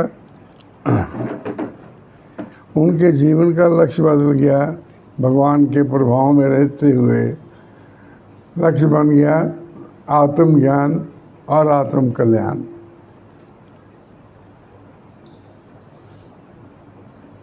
जिसको आत्मा का बोध कहते हैं। और वो उस मार्ग पर चलते रहे और विकासालय के प्रिंसिपल बने। और जब जाने लगे तो बहुत सारे आत्मा विकासालय में थे और वो उनकी महिमा के गीत गाते थे।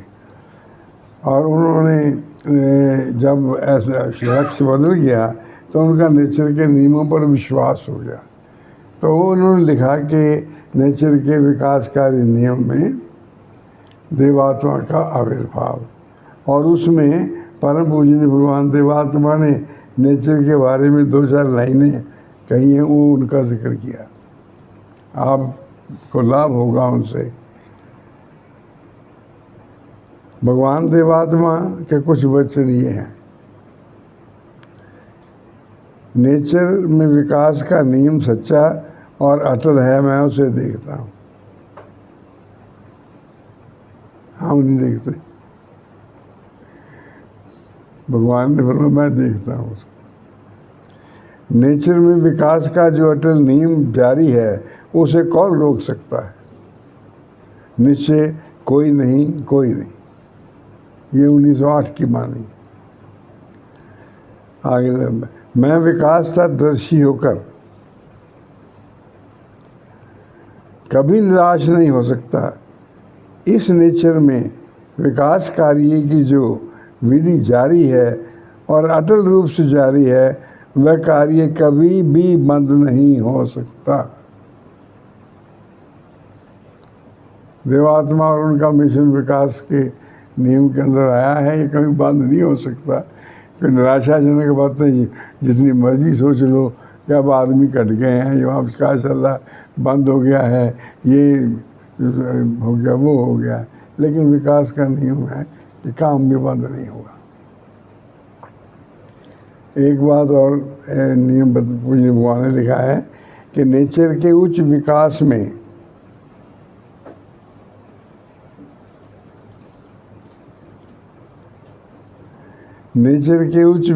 में जो जो अस्तित्व श्रृंखला स्वरूप में प्रकट होते हैं, ये थोड़ा समझने वाला है। श्रृंखला स्वरूप में प्रकट होते हैं, वह उस उच्च विकास के कार्य में जहाँ तक श्रृंखलाबद्ध होने की योग्यता रखते हैं, वहाँ तक उनके लिए नेचर के इस अटल नियम के अनुसार इस महान कार्य की सिद्धि के लिए न केवल सुरक्षित रहना अपितु आवश्यक और उचित रूप से अनुकूल संबंधों को प्राप्त करना और सहाय लाभ करना, ये नेचर का अटल नियम है और ये अवश्य भावी है। जो नेचर के विकासकारी नियम की श्रृंखला में प्रकट होते हैं और जो नेचर के विकासकारी नियम को समझते हैं और जो नेचर का विकासकारी नियम का साथ देते हैं, क्या है साथ ये है कि और अस्तित्व में से किसी की हानि नहीं करनी। उनकी अपनी मदद होना नेचर की तरफ से, उनकी मदद होना नेचर की तरफ से और उनकी सुरक्षा होना नेचर की तरफ से लाजमी बात है। तो श्रीमद धर्मबल जी ने जो अपना आखिरी भाव प्रकाश किया, ध्यान से एक दिन पहले मैं आपको बताता हूँ कि उन्होंने क्या किया। भगवान देवात्मा की अपार कृपा से सच्चा आत्मबोधि बनने का मुझे जो दुर्लभ उच्च अधिकार मिल गया है और मैं उसे पाकर जिस सच्चे धर्म जगत में वास करने का अधिकारी बन गया और उसको बेअंत उच्च बरकतों का मैं किसी प्रकार भी शब्दों में वर्णन नहीं कर सकता। जो मुझे अधिकार मिल गया है, उनसे जो बरकतें मिली हैं मैं कभी वर्णन नहीं कर सकता। मैं इन उच्च अधिकार की प्राप्ति मैं इस उच्च अधिकार की प्राप्ति से सचमुच अपने आप को इन उच्च अधिकार से वंचित दुनिया के बड़े बड़े दौलतमंदों, आलिमों, फाजिलों और राजाओं के मुकाबले में बेहद ज़्यादा खुशनसीब और धन अनुभव करता हूँ और चाहता हूँ कि मेरी यह सबसे उत्तम खुशनसीबी दिनों दिन अधिक से अधिक बढ़ती जाए और मैं यथासंभव इस सौभाग्य से वंचित जनों की भी अंग में अधिक सेवाकारी करने के योग बनता जाऊं। ये आम आदमी के समझ में आने वाली बात नहीं है। ज़रा ध्यान दोगे तो कहते मेरा जब लक्ष्य बदल गया, मैं उससे जो मेरे नेचर में मेरे साथ संबंध बना और मेरा नेचर के साथ संबंध बना वो और उससे जो मेरा विकास हुआ, मैं चाहता हूँ कि मैं औरों की भी मदद करूँ। वो कहते हैं, इन्होंने भजन गाया था, क्या थी जी लाइन उसकी, जिसकी नेचर साथी हो उसे कौन मिटाए साथी हो, और कुछ कौन मिटाए साथियों जिसकी नेचर साथी हो। उसको कौन मिटाए जिसकी नेचर साथी हो। नेचर की साथी बनाने के लिए नीच गति से मुक्ति की ज़रूरत है और उच्च गति का लक्ष्य बनाने की ज़रूरत है। तो मैं एक आत्मा पर 12 बज गए हैं, एक आत्मा का और जिक्र करता हूँ और उनका बाकी सारा छोड़ देता हूँ। उन्होंने 1981 में आखिरी परिणाम लिखा है, आखिरी परिणाम। अपनी ज़िंदगी का बंदे आदमी का पता चल जाता है। एक जन की मैंने घटना सुनी, मुझे बड़ी हैरानी हुई। वो मरने के करीब ही था, तो उसके पास कोई कहा कि कभी मैं आपकी क्या सेवा कर सकता हूँ। तो उसने कहा तुम ऐसे करो, मूलियाँ ले आओ, मूलियाँ ले आके उनको छील लो, उनके अंदर नमक मिर्च पा के नींबू पा के खूब नींबू में तो खा के सी करो, तुम्हें जो तृप्ति मिल जाएगी, तो बड़ी मेहरबानी हो जाएगी। ये लक्ष्य। स्वाद अनुराग का इतना अधिकार है कि मैं तो खा नहीं सकता, लेकिन तुम मेरे बैठ के सामने खाओ, इससे ही मेरी तृप्ति हो जाएगी। और ये निज जीवन धारने के आखिरी टाइम पर पूछ के देख लो उनको क्या होता है। मैं एक जगह था, बहुत बड़े लुधियाना के साहूकार बीमार थे, मुझे पता इन्होंने आज बचना नहीं, तो मैंने कहा मैं वहीं बैठता हूँ।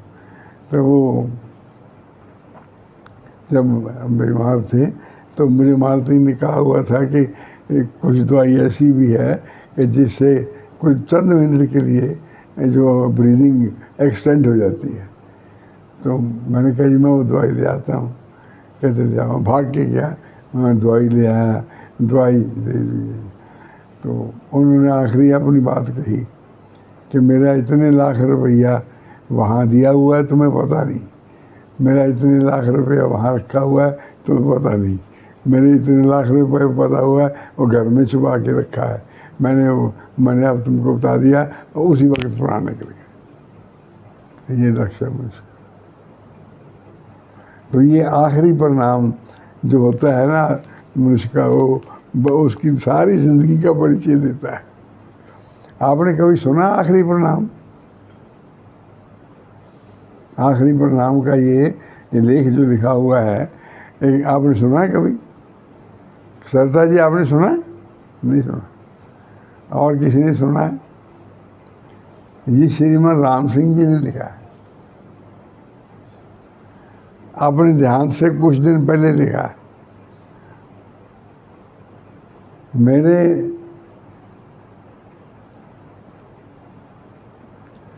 मेरे बुजुर्ग उपकारी पिताजी का नाम श्रीमान फुम्मन सिंह जी था। राम सिंह जी के पिताजी का नाम श्रीमान फुम्मन।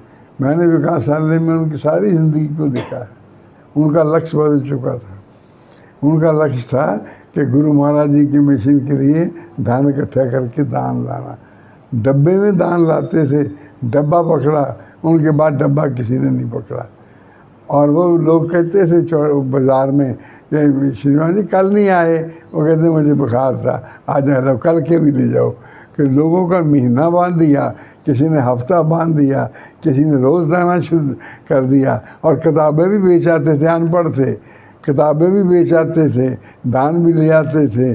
और एक गिनती बड़ी अच्छी थी कि इन्होंने आज तक इतना दान इकट्ठा करके समाज को दे दिया है। उनका ये था कि मैं अपने गुरु महाराज जी की सेवा और कोई कर नहीं सकता। मैं पढ़ा लिखा नहीं हूँ, मैं सभाएँ नहीं करा सकता, मैं कुछ नहीं करा सकता। मैं भीख मांग के, डब्बे का दान मांग के मैं भगवान के मिशन को कुछ दे जाऊँ, ये मेरा कर्जा होगा देवात्मा का, जो मुझे बचाया है। कहाँ से बचाया है, किस हालत से बचाया है, वो मैं आपको थोड़ी सी बताता हूँ। बेटे और बेटी दोनों को सेवा में लगा गए। चलो, पिताजी को डंडा मारा, वो घर छोड़ के चले गए। ये हालत थी उनकी। पिताजी को अपने फुम्मन सिंह जी को डंडा मारा, वो घर छोड़ के चले गए। पत्नी को ठुड्डा मारा, पत्नी की पसली उतर गई। कहाँ से पूजने भगवान निकालते हैं और फरिश्ते बना देते हैं। पत्नी को ठुड्डा मारा, पत्नी की पसली उतर गई। फिर जो सेवा की, यहाँ पर शोध की, वो विकासालय ने देखी। उनको अपनी पीठ पे गोदी में बैठा के डॉक्टर के लिए जा, सेवा कर, चारपाई पर खुराक दे, वो कोई कमी नहीं उनको रखी। ऐसी महारानियों की सेवा भी नहीं होती जैसी उन्होंने सेवा की परम पूजनीय भगवान देवात्मा ने। और जितनी किताबें बेची अनपढ़ होकर, जितनी किताबें बेची और जितना दान मांगा, वो रिकॉर्ड है। और मेरे ख्याल में नस्लें उनको याद करेंगी। और वो एक बेटी का जीवन चित्र हमें दे गए, सत्यवती जी फेरू शहर को दे गए। और सत्यवती जी ने, मैं आज सुबह उनका भी पढ़ रहा था, सत्यवती जी ने 3 कर्जे उतार दिए। सरिता जी कौन कौन सा? तीनों को 3 कर्जे उतार दिए। माँ का कर्जा उतार दिया, माँ पिता का कर्जा उतार दिया कि अपना जीवन गुरु महाराज जी के मिशन में लगा दिया। और जितनी देर रही वो सेवा करती रही। पिताजी का कर्ज उतार दिया, माता जी का कर्ज उतार दिया, गुरु का कर्जा उतार दिया। गुरु के मिशन में इतना काम किया कि गुरु का भी कर्जा उतार दिया। वहाँ मोगा में वो टेररिज्म की, जो स्कूल में टेररिस्ट के दिनों में एक टेररिस्ट की चिट्ठी आ गई कि जो आज स्कूल में जाके बैठेगा उसको गोली मार देंगे। ये ऐसी चिट्ठियाँ आ गई। तो उन्होंने को कहा कि चिट्ठी आ गई, आपकी जान को खतरा है। कोई बात, गुरु महाराज जी की मिशन की और उनकी संस्था की सेवा करते हुए अगर जान भी चली जाए तो कोई हर्ज नहीं। और जाके डट के कुर्सी पर बैठ गए। और कुर्सी पर बैठ गए। उस दिन टेररिस्ट आए। टेररिस्ट ने देखा कि कोई, इनको डर कोई नहीं है। उन्होंने बैठ के बातचीत की। वो कहती, मैं आपको एक ही बात बताती हूँ, बाकी ज़्यादा नहीं बताती। तुमने क्या सुना होगा क्या नहीं सुना होगा। मैंने इतने गाँवों की, इतने गांव गिन दिए उन्होंने, ये गांव, ये गांव, ये गांव, ये गांव, ये इतने गांव की लड़कियों को पढ़ा के अफसर बना दिया। इतने गांव की लड़कियों को पढ़ा के अफसर बना दिया है। और इस काम में मैं लगी हुई हूँ। और गोली मार दोगे मुझे कोई अफसोस नहीं, मारो गोली। और कहते, बहन जी आज के बाद आपके जीवन को कोई खतरा नहीं, कोई खतरा नहीं। हम सब जगह मैसेज दे देंगे कि उस लेडी की तरफ, उस प्रिंसिपल की तरफ स्कूल की कोई नहीं दिखेगा। ऐसे ऐसे हौसले से काम करना गुरु महाराज जी का, और ऐसे कर्जा उतारना आम आदमी के बस की बात नहीं। जब बड़े बड़े जवाब दे गए कि हम प्रिंसिपल नहीं बनते, हम वहाँ नहीं बैठते, तो कोई गोली मार जाएगा आके, वो जो 1884 में जो होता है। तो उन्होंने लिखा है आखिरी परिणाम, मेरी पैदाइश बमकाम खाजा खड़क ज़िला फिरोजपुर में हुई थी। मेरे बुज़ुर्ग पिताजी खेती बाड़ी का काम करते थे। मैंने भी शुरू उम्र से काम करना शुरू किया था। मुझे अपने माता पिताजी से अच्छा जिस्म मिला था, धर्म भाव की भी अच्छी पूंजी मिली, जिस्म भी अच्छा मिला था और पूंजी भी अच्छी मिली थी। अपनी फितरत की वजह से मैं उम्र के बढ़ने के साथ साथ अपने लिए और दूसरों के लिए हानिकारक वजूद बनता जा रहा था। ये आखिरी परिणाम लिखा है, अहम छपा। संग्राम करने लग गया था। मेरी खुशनसीबी कि मुझे देव समाज के तल्लक में आने का मौका मिल गया। देव समाज की संगत की बदौलत वक्त के साथ साथ मेरे जीवन में बेहतरी आनी शुरू हो गई और मैं भगवान देवात्मा का सेवक बन गया। मेरे बाद मेरे परिवार के हित का द्वार खुल गया और भगवान देवात्मा के पैदा करदा धर्म संगत से जुड़कर मेरा और मेरे परिवार का जो हित साधन हुआ है, उसका जो जिस कदर गुरु महाराज जी को धन्यवाद दूँ, मैं काफ़ी अरसा से, वो थोड़ा है, मैं काफ़ी अरसा से बीमार हूँ। मेरी उम्र इस वक्त तकरीबन 85 साल के करीब। जब उन्हें आखिरी दिनों में अपना पत्र लिखा है कि मेरी उम्र 85 साल के करीब है। मुझ पर तबदिक का मोजी मर्ज का हमला हो गया है। तबदिक हो गया 85 साल में। ज़िंदगी के इस मुश्किल वक्त में, ज़िंदगी के इस मुश्किल वक्त में देव समाज इंतज़ामिया की तरफ से मेरी सेवा, इमदाद, देखभाल का जो प्रबंध किया गया, जिस हमदर्दी से मेरी सेवा और मदद हुई है, मुझे उस कदर लंबी उम्र पाने का मौका मिला है, वो समाज की कृपा है। कई एक डॉक्टर साहब, खासकर श्री थापर, पूरा डॉक्टर गर्ग साहब ने मेरी बहुत ही हमदर्दी से मेरी सेवा करके मेरी मुश्किल कशाई फरमाई है, जिसके लिए इन सब का बहुत बहुत धन्यवाद करता हूँ। ये आखिरी पत्र है और आखिरी पत्र की मैं एक पहला पैरा पढ़ के सुनाया है। मुझे वक्त नहीं इजाज़त देता कि मैं सारा पढ़ के सुनाऊँ। ऐसा कमाल का आखिरी टाइम का पत्र, ऐसे कमाल के, इतनी गुरु महाराज जी के उपकार स्मरण की, इतनी समाज के उपकार स्मरण किए और उनके भाव प्रकाशों को हम सुनते थे और इतना परम पूजनीय भगवान देवात्मा के दरबार में यदि आप क्या से क्या बना देते हैं। राम सिंह जी को क्या बना दिया, धर्मबल को क्या बना दिया। धर्मबल पटवारी, गांव के पटवारी, राम सिंह जी खेती बाड़ी करने वाला नौजवान, जालिम नौजवान, उनको कहाँ पहुँचा दिया गुरु महाराज जी ने। कर्नल जी को कहाँ पहुँचा दिया। कर्नल जी के जीवन का लक्ष्य बदल गया। मैंने आपको बताना था वो कि कर्नल जी के जीवन, कर्नल जी से पूछा जाता था कि आपके जीवन का लक्ष्य क्या है, तो वो कहते थे गुरु महाराज जी के बारे में लिखना, मेरा गुरु महाराज जी की महिमा लिखना मुझे जगह। तो तुम्हारे जीवन की सर्वश्रेष्ठ घड़ियाँ कौन सी हैं। कहते जब मैं गुरु महाराज जी के चरणों में, वो मुझे बुला के अपने चरणों में खड़ा कर लेते हैं, तो मुझे कुछ कुछ कहते, जो कुछ भी कहते हैं, मेरी घड़ियाँ जीवन की वो सर्वश्रेष्ठ है जो गुरु महाराज जी के चरणों में घटती हैं। अब बड़ा कुछ है, किस किस को। अब मैंने आपको एक धर्मबल जी का जिक्र किया, एक राम सिंह जी का और एक कर्नल जी का। राम सिंह जी का तो मैंने थोड़ा सा पत्थर पढ़ के सुनाया है, अगला पत्थर आपको सुनाऊंगा, आप हैरान हो जाएंगे। तो एक गुरु महाराज जी एक अनपढ़ जिम्मेदार नौजवान को, जिसने प्यो को डंडा मारा, प्यो घर से भाग गया, जिसने माता को ठुड्डा मारा, माता की पत्नी को, और उसकी पसली उतर गई, वो सारी ज़िंदगी अपहाज हो गई। उस आत्मा को पकड़ के, अनपढ़ आत्मा को दान मांगने लगा दिया, किताबें बेचने लगा दिया और उनके बच्चों को गुरु महाराज जी के मिशन में लगा दिया।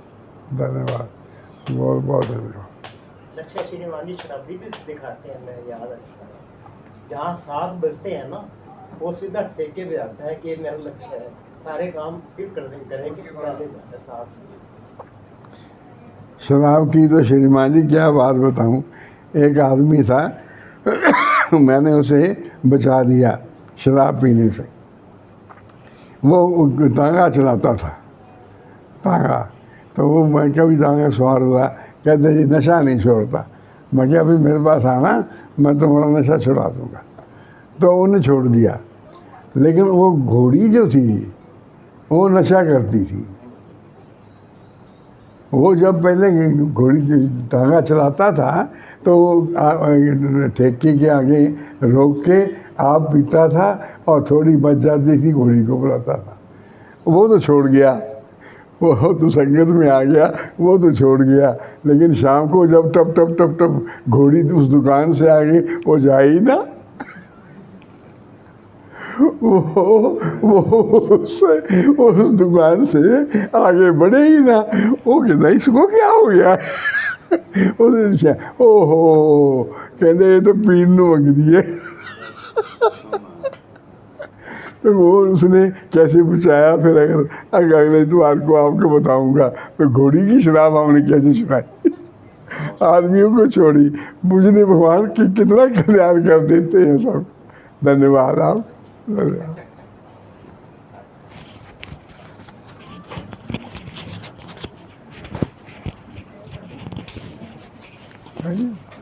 नहीं उतर जाएगा।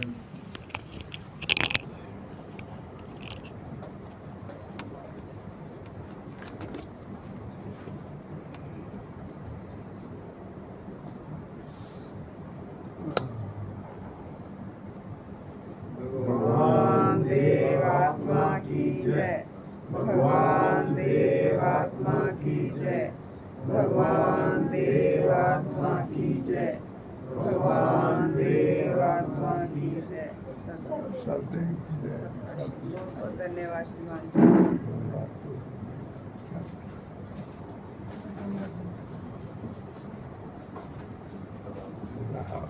बहुत आनंद आ गया। हिंदुस्तानी राम सिंह जी, धर्मपाल जी कर्नल साहब कौन उस दौर में पहुंच जाते हैं, उस दौर में पहुंच जाते हैं, उस दौर में पहुंच जाते हैं, आनंद आ जाता है। आयु भैया, अच्छा ठीक है। ओहो धन्यवाद श्रीमान जी, बहुत बाबा जी आ गए, बाबा जी, बाबा जी, बाबा जी, ओ मेरे वाहिगुरु बाबा जी सब जबरदस्त बाबा जी। मेरा कमरे की ठीक है, कमरे की चमड़ा नहीं वो मैंने एड्रेस दे दियो, मुके का एड्रेस दे दियो, टेलीफोन नंबर दे दियो। मैं 2 दिन ला के आवा उसे, कुछ माहौल देखा की है कहीं नहीं शिक्षा लोगे कि कुछ लोगे कुछ समझाओगे क्या। कोई बात तब से जाएगी, अरे मेरे इलाज कर रहे हैं।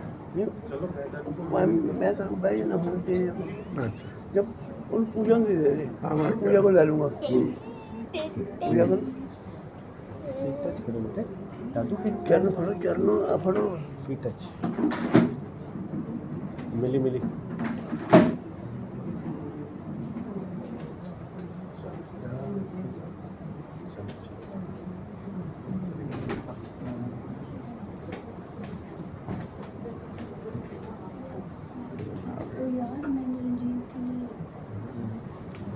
डॉक्टर साहब करते हैं।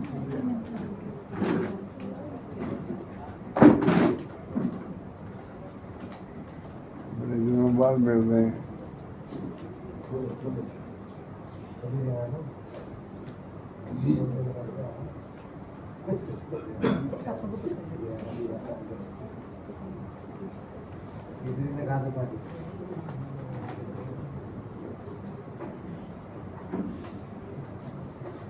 कल की तैयारी कोई कसर नहीं। कोई कसर नहीं। जाके बैठना ही है। बाकी तो उन्होंने कर ही दिया। हमारी शुभकामनाएं। हाँ भाई। खूब चल रहा है।